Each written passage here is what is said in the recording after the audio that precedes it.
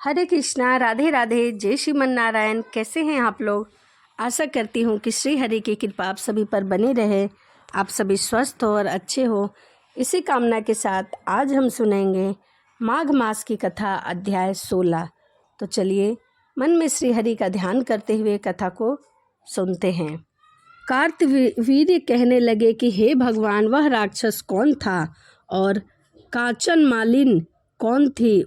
उसने अपना धर्म कैसे दिया और उनका साथी कैसे हुआ? हे ऋषि, अत्रि ऋषि की संतानों के सूर्य, यह कथा सुनाकर मेरा कौतूहल दूर कीजिए।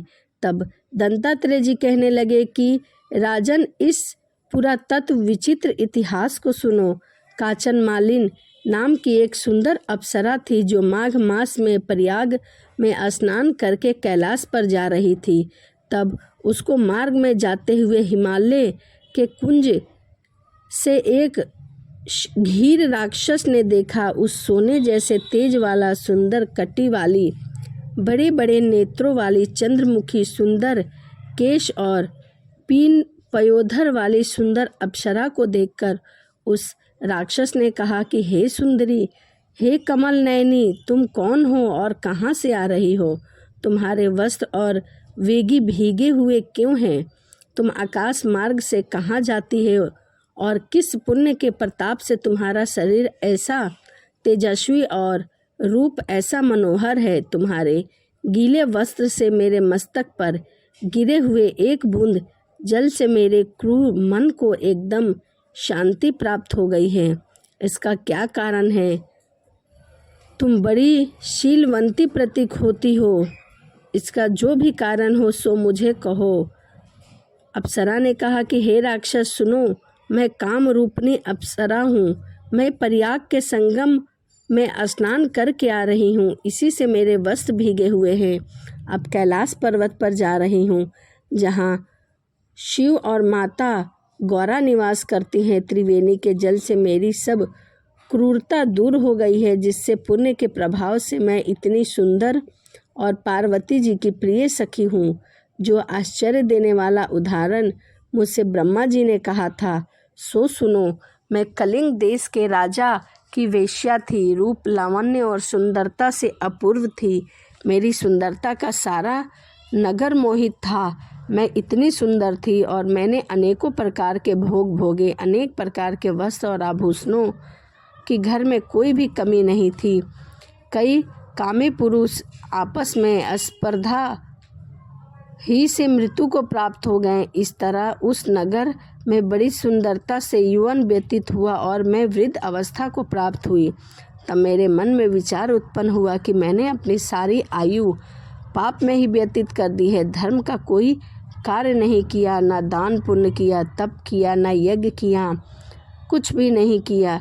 शिव या दुर्गा जी की आराधना तक नहीं की, न कभी भगवान विष्णु का पूजन किया।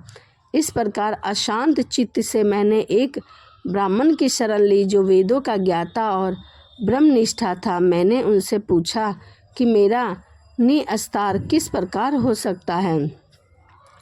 तब साधु सज्जन अच्छे और बुरे सभी पर दया करते हैं, इसीलिए मुझ दीन पर भी कृपा करके मुझ कीचड़ में डूबी हुई को पकड़कर उभारा। क्षीरसागर क्या हंस को भी दूध देता है, बत्तख को नहीं देता?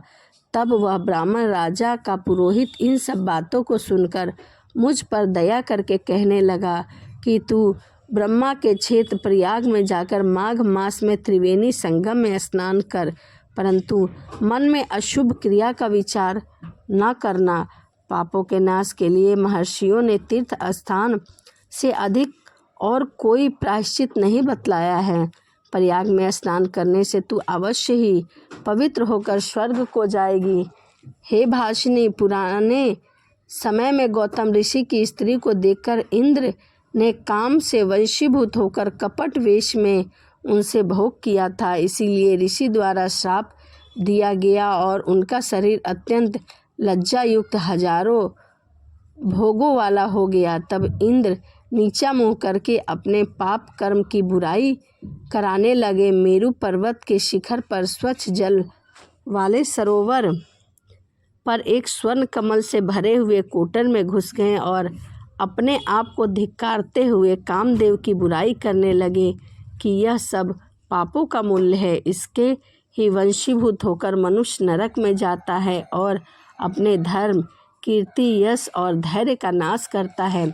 ऐसा सोचकर इंद्र बहुत लज्जा महसूस कर रहे थे और देवता लोग शोभाहीन हो गए। तब देवता, गंधर्व, किन्नर, लोकपाल इंद्राणी के शहीद बृहस्पति जी से जाकर पूछने लगे कि महाराज, इंद्र के न रहने से स्वर्ग ऐसा शोभाहीन हो गया है जैसे सतपुत्र के बिना श्रेष्ठ कुल।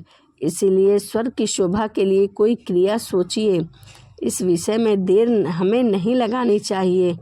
तब बृहस्पति जी कहने लगे कि इंद्र के बिना सोचे विचारे जो कर्म किया है उसका फल तो उसे भोगना ही पड़ेगा। सो वह कहाँ है, मैं सब जानता हूँ। फिर गुरुजी ने सबको साथ लेकर स्वर्ण कमलों से युक्त बड़े सरोवर में इंद्र को देखा, जिसका मुख मलिन और आंखें बंद थी। तब इंद्र ने बृहस्पति जी के चरणों को पकड़कर कहा कि इस पाप के उद्धार करके आप मेरी रक्षा कीजिए। तब बृहस्पति जी ने इंद्र से कहा कि प्रयाग में स्नान करने से ही तुम पाप मुक्त हो जाओगे। तब इंद्र सहित सबने ही प्रयाग में जाकर संगम में स्नान किया और त्रिवेणी स्नान से इंद्र पाप मुक्त हो गए। तब बृहस्पति जी ने इंद्र को वरदान दिया कि तुम्हारे शरीर में जितने भंग थे, छेद थे, सब नेत्र हो जाएं। तब इंद्र ब्राह्मण के वर से हजारों नेत्र से ऐसा सुशोभित हुआ जैसे मानसरोवर में कमल शोभ्यमान होता है। तो यह माघ मास की कथा अध्याय 16 यहीं समाप्त होता है। अगली वीडियो में मैं आपके लिए लेके आऊँगी माघ मास की कथा अध्याय 17। तो चलिए इसी के साथ वीडियो को समाप्त करते हैं और मिलते हैं अगली वीडियो में। यदि वीडियो आपको अच्छी लगी हो तो प्लीज़ कमेंट, लाइक, शेयर ज़रूर करिएगा और हाँ, चैनल को भी सब्सक्राइब करिएगा। तो चलिए मिलते हैं अगली वीडियो में। राधे राधे, जय श्रीमन नारायण, हरे कृष्णा।